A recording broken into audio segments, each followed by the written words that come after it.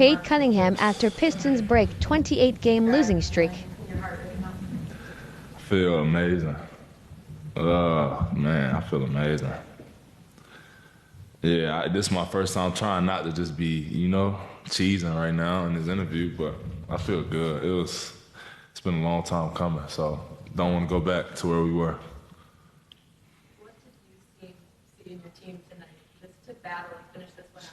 It was close all game, but you were able to play that solid 48 minutes you guys. Yeah, I think that's what it was. We just were solid for longer.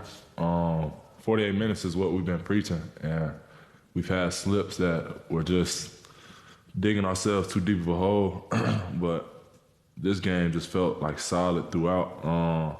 We had a couple lapses, but we picked ourselves back up a little bit faster than we have been. So I think that was the key to the game. Asked Monty about that when he was just here. Can there be like the irony in it takes this? Most teams learn to win in the playoffs or trying to get into the playoffs, but you guys had to learn while going through something that no team has gone through before, the complete opposite, right? And this is probably, you said, the best 48 minutes you guys have played. You guys haven't really ended games poorly the last few, just maybe been the second quarter. Like, do you think there could be some irony in learning how to win by trying to end? Yeah, that was the message. Like when we got into the foul game later on, and they hit a couple shots, and then it got tight, got back to 4. Like even then, we hadn't been in a situation like that in a long time where we're up and we're trying to hold on to a lead and in the game. So I think moments like that are important to know how to win games. You know what I'm saying? So, man, I mean, we just kept battling. It's been a long, long stretch, all these losses, man. But I'm just happy to be a part of a group of guys that don't quit and bring it every day and still, stay positive and uplift each other. It's cool to be around that. So I couldn't be happier for the group. Monty said there was a sense of relief in the locker room. Just what was that like for you from your perspective? I mean, it's been weighing on us heavy everywhere we go for 2 months, which is unreal, you know what I'm saying, for it to have been that long. So, I mean, it was, like I said, it was a long time coming, something that we have been pushing for so long. And so to finally get over that hump, like I said, I mean, we're not trying to go back. Now it really begins where we see who we're going to be. And if we're going to continue to play with that same fire that we've been playing with, and if we're going to continue to stay together and try to put full 48-minute games together. You said after the Boston game that winning just one game would be soft. How do you bottle this up and take it on this West Coast trip?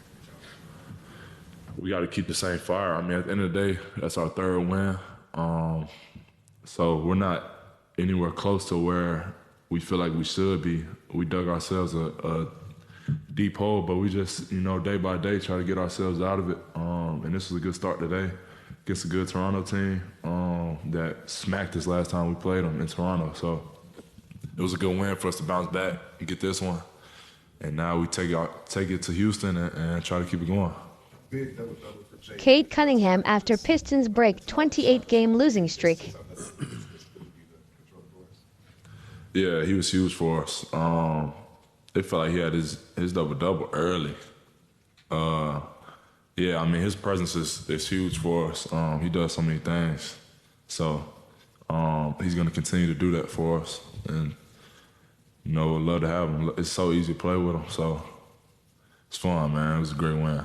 Yeah, what was the energy today? Was the energy today different coming off of that Boston game where you mentioned after that you got to go through a game that you can't win, and obviously they're like the best team in the league. Do you think that set maybe a good tone today to build off of that?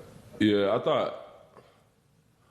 I think the energy was up. Like, we wanted both wins, but the first group, our starting unit, we started slow tonight.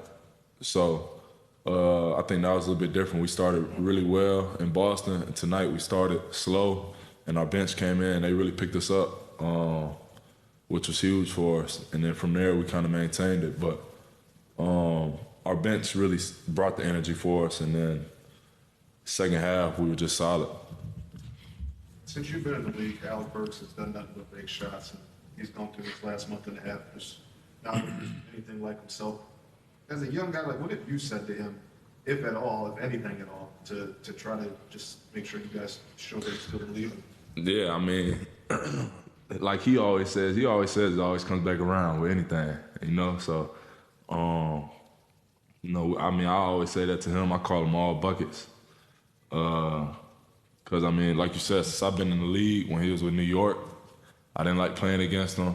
And so to have him on the squad, that's what he does is score the ball. So that's something that even through the slump, I trusted in him. Anytime I throw it out there, I trust him to knock down shots because that's what he does. So it was only right that it came back around and then a big moment for us. How much of a difference is it playing with spread for someone like you? I mean, for me, someone that operates primarily out of the middle third of the court, it definitely helps.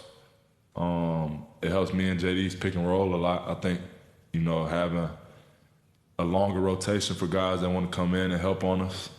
So, there's pros and cons to to that. I think on the other side of the floor, on defense, it makes everybody have to lock in on defending and rebounding the ball. But, spread court helps everybody in the NBA.